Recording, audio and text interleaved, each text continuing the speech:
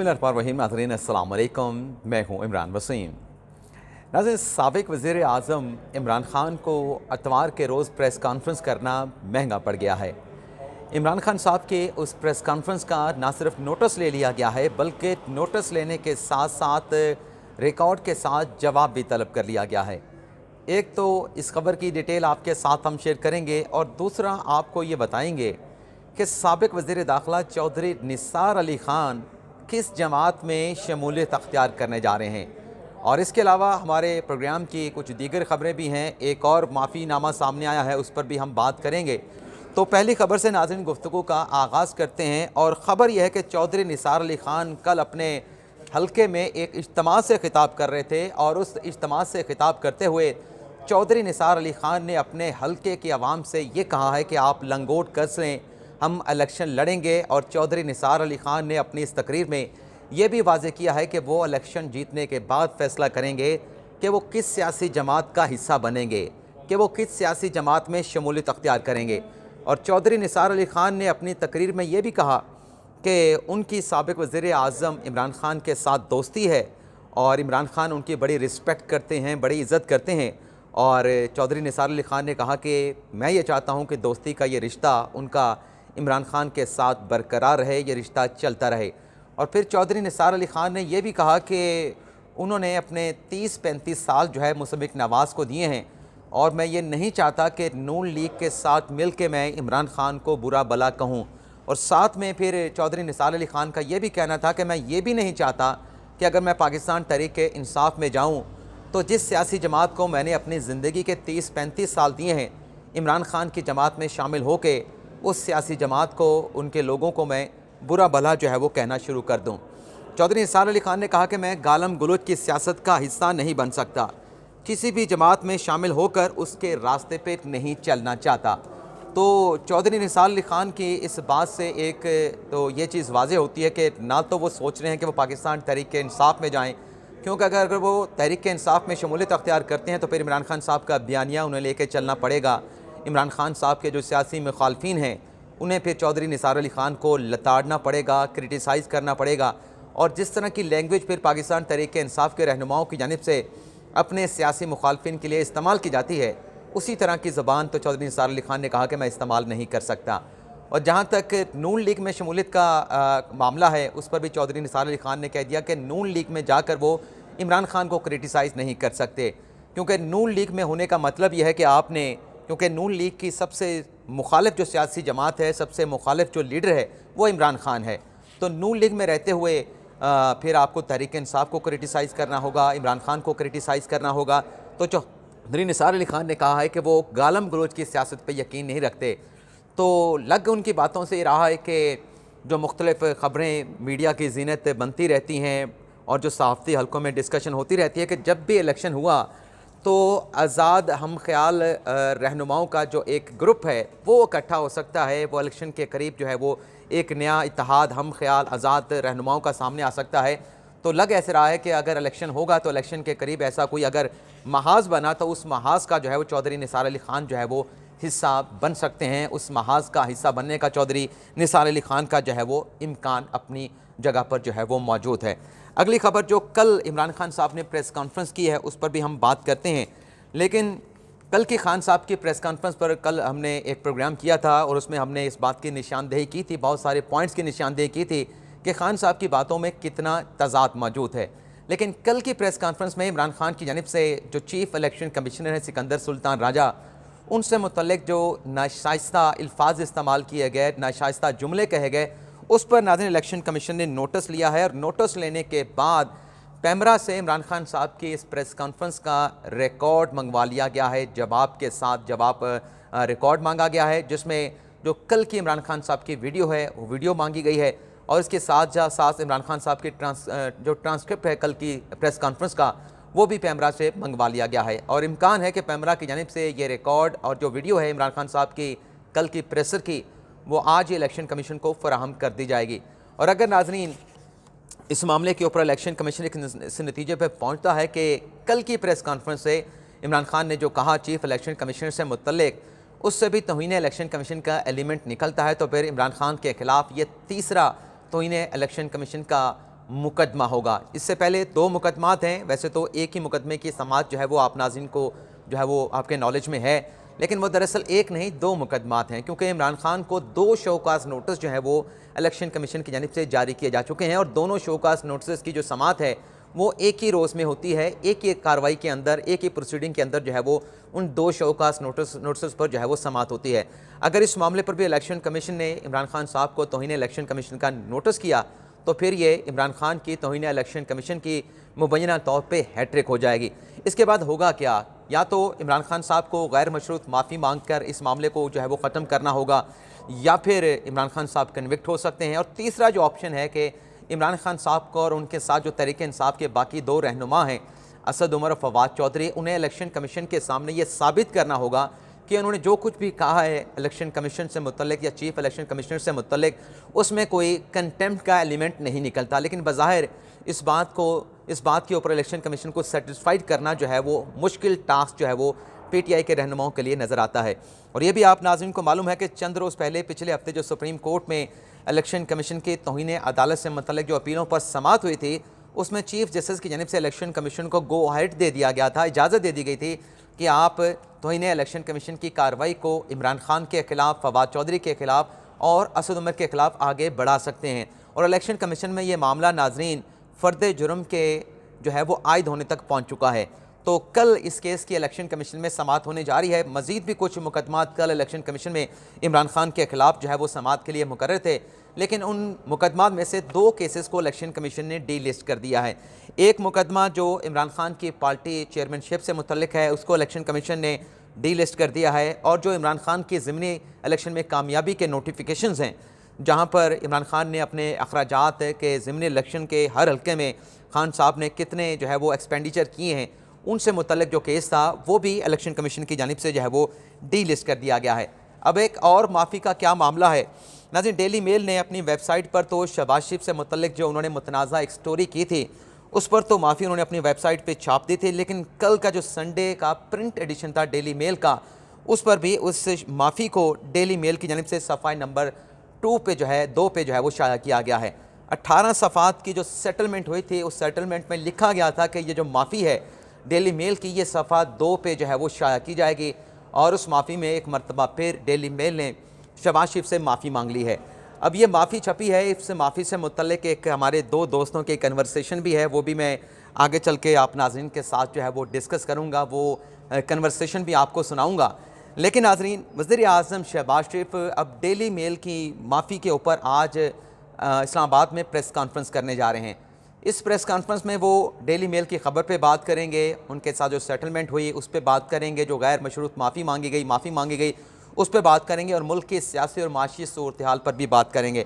अब आ जाते हैं हमारे जो 2 दोस्त हैं इरफान हाशमी साहब और अज़हर सदीक़ साहब, उन्होंने मेरे मुतल्लिक इस माफ़ी के हवाले से क्या कन्वर्सेशन की है। पहले तो आपको वो कन्वर्सेशन सुनाते हैं और फिर कुछ सवालात हैं, उन सवालात पर भी बात करेंगे। अदालतों से बाहर सेटलमेंट होती है और उसकी बुनियादी वजह केस की कॉस्ट है।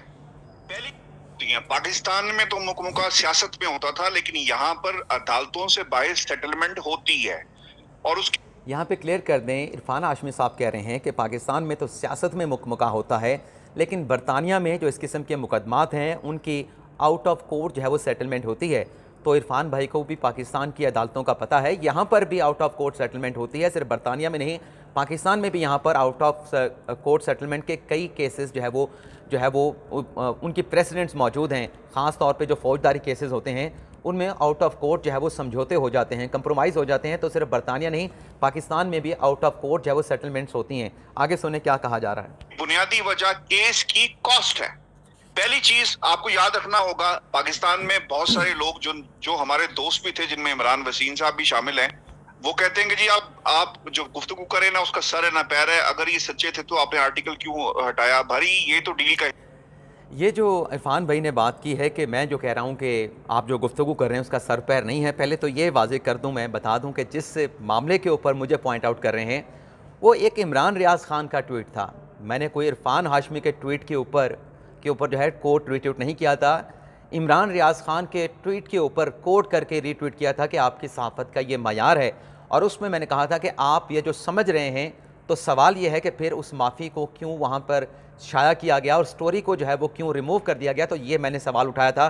तो इरफान साहब ने उड़ता हुआ तीर लिया है, तो उनकी अपनी मर्ज़ी है अगर उन्हें तीर इस तरह से लेने का शौक़ है, लेकिन हमारे भाई हैं, अभी भी कह सकते हैं जो कहना चाहते हैं, लेकिन मैं उनकी तरह जज्बाती होकर कोई बात नहीं करूँगा। आगे सुने क्या कह रहे हैं। ऐसा था कि हम मजीद आगे नहीं जाएंगे। मेरा सिर्फ एक सवाल है, एक सवाल तमाम लोगों के लिए, इन तमाम इमरान वसीम जैसे जो पता नहीं क्यों यू टर्न लेने पे अपने पूरे करियर के मजबूर हुए, उनके लिए और इन जैसे जहनों के लिए, अगर शहबाज शरीफ साहब सच्चे थे ना सुनते, ना सेटलमेंट करते और कहते कि भाई हम तो तुम्हें तुम्हारे घर तक छोड़कर आए, हम तो नहीं छोड़ेंगे।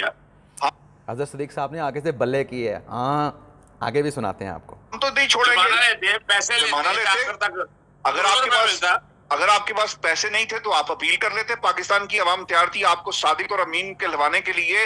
हम तो मरे जा रहे हैं कि कोई सादिक और अमीन आपको कहे, लेकिन आप में भी तो कुछ गुण होने चाहिए। आप जाते पाकिस्तान की आवाम से हाथ मिलाते कि भाई पैसे नहीं है, केस बड़ा आगे निकल गया है, मामला बहुत ही नाजुक लम्हे में दाखिल हो चुका है, लिहाजा इससे अब हमने पीछे नहीं हटना। पाकिस्तान का जो ट्वीट्स कर रहे हैं कि पूरे जग हंसाई हुई किसी कौम के सामने खड़े होकर कहते कि केस सेटलमेंट नहीं करनी, हम मंतकी अंजाम तक जाएंगे। डेविड रोज, हम मंतकी अंजाम तक जाएंगे। डेली मेल को कहते आपने नहीं कहा। अच्छा, यहाँ देखें, नहीं रुक जाए इरफान, यहाँ एक बात बड़ी जरूरी है। रुक जाए, एक मिनट रुक जाए, नुक्ता बड़ा अहम है। नुक्ता ये है, इमरान वसीम और इन जैसे लोगों के लिए, इनके जहनों के, मैंने कभी जवाब किसी को इस तरह नहीं दिया, लेकिन इतनी ढिठाई के साथ झूठ बोल रहे हैं और आपने दोस्ती इंसानियत को भी पीछे रखकर आप हाउस ऑफ शरीफ के साथ जुड़ गए। खुदा का खौफ खाओ, हाउस ऑफ शरीफ के साथ जुड़ गए, खुदा का खौफ खाएं। हाउस ऑफ शरीफ के साथ जुड़ गए, खुदा का खौफ खाएं। चले, हम हाउस ऑफ शरीफ के साथ जुड़े हैं नहीं जुड़े ये तो खुदा बेहतर जानता है, इसका फ़ैसला अल्लाह ताला जानता है। अल्लाह ताला दिलों के राज भी जानता है, कौन किसको सपोर्ट कर रहा है और कौन किसको सपोर्ट करके मॉनेटरी बेनिफिट ले रहा है, ये अल्लाह ताला जानता है। और आखिरत में सब ने अपने अमाल का जवाब जो है वो अल्लाह ताला को देना है। लेकिन सवाल ये है कि अगर, जैसा कि ये सवाल उठा रहे थे कि अगर शरीफ ख़ानदान ने केस किया था तो फिर इन्होंने आउट ऑफ सेटलमेंट क्यों की, इन्हें तो पैसे मिलने थे। तो मेरा सवाल ये है कि अगर डेविड रोज़ की जो स्टोरी थी जो डेली मेल ने की थी, उनके पास अगर शवाहिद मौजूद थे उनकी अपनी 2019 की स्टोरी के मुताबिक, तो फिर डेली मेल ने क्यों सेटलमेंट कर ली। और ये कह रहे हैं ना कि उन्होंने सिर्फ माफ़ी मंगवा ली, तो इन्हें तो पैसे भी मिलने चाहिए थे, इन्हें डट जाना चाहिए था। तो जो शख्स होता है मेरे ख़्याल से, जिसे अल्लाह ताला ने काफ़ी नवाजा होता है, जिसके पास भूख नहीं होती, जो पंजाबी में कहते हैं ना रजाया होता है, उसे पैसे नहीं चाहिए होते हैं। उससे सिर्फ ये होता है कि जिसने ये गलत काम किया अपने गलत काम की माफ़ी मांग ले तो इतना ही बेहतर है, उससे उसका जो है वो एक सेटिस्फेक्शन हो जाती है। तो डेली मेल के पास अगर शवाहिद मौजूद थे तो फिर उसने क्यों माफ़ी मांगी शहबाज शरीफ से, क्यों अपनी स्टोरी, अगर एक पॉइंट के ऊपर माफ़ी मांगी थी, पूरी स्टोरी को रिमूव कर दिया, सिर्फ उसी पॉइंट को निकाल के बाकी स्टोरी वो पब्लिश कर सकते थे। तो अगर ये माफ़ी ना मांगते तो डेली मेल को भी पैसा मिलता, उन्हें फिर डैमेजेस जो है वो शहबाज शरीफ को देने पड़ते। तो ये भी तो नुक्ता बनता है कि डेली मेल को क्या फ़ायदा हुआ माफ़ी मांग के। माफ़ी मांगने से फ़ायदा तो शरीफ ख़ानदान का हुआ ना, और माफ़ी मांग के जो नुकसान हुआ डेली मेल का हुआ। डेली मेल को तो पैसे मिलने थे, उनके पास शवाहिद भी मौजूद थे उनकी स्टोरी के मुताबिक, तो फिर क्यों उन्होंने वो शवाहिद पेश नहीं किए। 9 मरतबा उन्होंने अदालत से जवाब जमा कराने के लिए वक्त मांगा। तो नुकसान तो डेली मेल ने सेटलमेंट करके अपना किया है, शरीफ ख़ानदान का तो कोई नुकसान नहीं हुआ। और दूसरा सवाल ये है कि जो उन्होंने यू टर्न की और शरीफ ख़ानदान की तरफ उन्होंने कहा कि चले गए हैं, उन्हें सपोर्ट करने लगे हैं। तो यहाँ पे मैं एक बात करना चाहूँगा कि खान साहब ने की जो सियासत थी वो बड़ी हाई पेडेस्टल पे थी। खान साहब का जब तोशा खाना का स्कैंडल आया, उससे पहले भी जब लेफ्टिनेंट जनरल आसिम सलीम साहब की एक स्टोरी अहमद नूरानी ने की, मैंने उस पर भी सवालात उठाए थे कि ये कैसे हुआ कि आपने एक करप्शन का स्कैंडल है उसकी आपने तहकीकात नहीं कराई। उससे पहले जो 50 अरब का खान साहब का, तो यही एक मोटिव था ना, उनका नारा था कि हम बाहर से पैसा लेके आएंगे। तो बाहर से पैसा आया मलिक रियाज हुसैन का 50 अरब, और मलिक रियाज हुसैन वहाँ पे एनसीए में इसकी वजाहत नहीं दे सके। इरफान हाशमी साहब ने उस पर मेरे साथ प्रोग्राम किया था, मुझे अच्छी तरीके से याद है। तो वहाँ पे वजाहत नहीं दे सके कि वो पैसा वो बरतानिया कैसे लेके आए। अब उनकी सेटलमेंट चाहे हो गई, लेकिन उस सेटलमेंट की अप्रूवल किसने दी? खान साहब की वफाकी काबीना ने दी, बंद लिफाफों के ऊपर दी। क्या उसके ऊपर सवाल करना यू टर्न है कि आपने 50 अरब, आपने तो लूटा हुआ पैसा ख़जाने में वापस लेके आना था, लेकिन 50 अरब की अगर कोई पहली बारिश का पहला एक कतरा आया था, आपने उठा के वो मलिक रियाज को दे दिया। और फिर तोशा खाना, खान साहब का जो पूरी सियासत थी वो मोरालिटी के ऊपर बेस कर रही थी, इखलाकियात के ऊपर बेस कर रही थी। और ख़ान साहब कह रहे थे कि हम एक रियासत मदीना बनाएंगे जहाँ पर जो खलीफा वक्त से हज़रत उमर से जैसे सवाल हुआ कि आपका कुर्ता बन नहीं सकता था तो आपने कपड़ा कहाँ से लिया, तो ऐसी रियासत मदीना में हुकूमत जो हुक्मरान वक्त होगा उससे सवाल पूछा जाएगा। तो खान साहब से भी हमने यही सवाल पूछा कि यू टर्न नहीं लिया था, खान साहब से हमने यही सवाल पूछा था कि तोशा खाना की आप तफसीलात क्यों नहीं दे रहे, क्योंकि खान साहब ने अपने दौरे हुकूमत में तोशा खाना की तफसीलात देने से इनकार कर दिया था। और फिर जब मौजूदा हुक्मरान आए, मौजूदा हुक्मरानों ने आके उन तोशा खाना की जो खान साहब ने तोहफे हासिल किए वो उन्होंने तफसीलात जो है वो पब्लिक को जारी की, और फिर आवाम को पता चला कि खान साहब तो तोशा खाना से तहाइफ हासिल करके मार्केट में बेचते रहे। हालांकि इखलाकियात की जो खान साहब की अपनी सियासत है उसका बेड़ा गर्क खान साहब ने इस तरीके से खुद किया कि खान साहब कह रहे हैं कि मुझे घड़ी चाहिए, मैंने रिटेन करनी है, मुझे पसंद आ गई है। तो रिटेन करने का मतलब क्या है कि आपने मार्केट में जाके फ़रोख्त करके कोई कारोबार तो नहीं चलाना, आपने तिजारत तो नहीं करनी कि तोशा खाना से 20% के ऊपर आप लेके और मार्केट में आप उसे फ़रोख्त करके पैसे बनाते रहें और उसके वैल्यूएशन भी आप लगाएं कि अरबों रुपए की घड़ी जो उमर ज़हूर फ़ारूक ने बताया कि 1 अरब 70 करोड़ की उसकी मालियत है, और आपने 5 करोड़ की रसीद दिखाई, और जिसकी रसीद दिखाई वो दुकानदार भी अपनी बात से मुनरफ हो गया। उसने कहा कि मैंने तो इनसे ये ख़रीदी नहीं, और उसके जो असासे सामने आए हैं, उसके जो गोशवारे सामने आए हैं, उससे भी साबित नहीं होता कि उस बंदे की इतनी पसली नहीं थी कि वो 5 करोड़ की घड़ी ख़रीद सकता। जब से उसने दुकान लगाई है, उसकी दुकान इस्टेब्लिश करने से लेके 2022 तक जो है उसकी जो टोटल आमदन है वो 1 करोड़ जो है वो 20 लाख बनती है, या 1 करोड़ 28 लाख बनती है। तो उसने ये 5 करोड़ की घड़ी कैसे खरीदी? तो ये सवाल उठाना क्या हमारा जुर्म था? क्या यू टर्न बन गया कि खान साहब से अगर हम सवाल पूछ सकते हैं? खान साहब तो खुद कह रहे थे कि रियासत मदीना और जिसमें हुकूमत का जो सरबराह होगा उससे सवाल पूछा जा सकता है। तो ये सवाल पूछना अगर शरीफ ख़ानदान के साथ जाके मिल जा रहा है, उनको सपोर्ट करना है, तो चलें आप बेशक ये कहते रहें। और फिर ये भी है कि अगर स्टोरी डेविड रोज़ की सच्ची है और डेविड रोज़ आज भी अपनी स्टोरी के ऊपर कायम है, तो कहें अपने दोस्त है कि उस स्टोरी को जिस अखबार में आजकल वो काम कर रहे हैं उन्हीं सबूतों के साथ उस स्टोरी को दोबारा शाया कर दें। अगर उसमें हिम्मत है ना डेविड रोज़ में, उस स्टोरी को दोबारा शाया कर दें, या इस तरह से कर लें कि वो जो उसके पास शवाहिद मौजूद हैं वो शवाहिद अपने पास लाएँ, अपने यूट्यूब चैनल के ऊपर कहें कि हम ये कह रहे हैं कि ये स्टोरी बिल्कुल सच्ची है और जो माफ़ी मांगी गई है वो गलत है, और डेली मेल अपनी खबर के ऊपर स्टैंड करता है और हमारी अब खबर ये है कि ये खबर बिल्कुल सच्ची है, ये शवाहिद हमारे पास मौजूद हैं, तो आप ये स्टोरी कर दें। तो बहरहाल दोनों भाइयों का बहुत बहुत शुक्रिया, उन्होंने जो भी बातें की, जो भी मेरे बारे में कहा, अल्लाह का लाख लाख शुक्र है, अल्लाह बेहतर जानता है। मैंने खुदा ताला को जवाब देना है, और मैंने जब ये सवालात खान साहब के सामने रखे, खान साहब से इस किस्म के सवालात पूछने शुरू किए हैं, तो मुझे फाइनेंशियली नुकसान पहुंचा है, मुझे माली तौर पे नुकसान पहुंचा है, लेकिन पैसा सब कुछ नहीं होता। जो खान साहब को आज सपोर्ट कर रहे हैं वो खान साहब से इस तरह के सवाल नहीं करते जो बैठ के आज मेरे ऊपर बात कर रहे थे।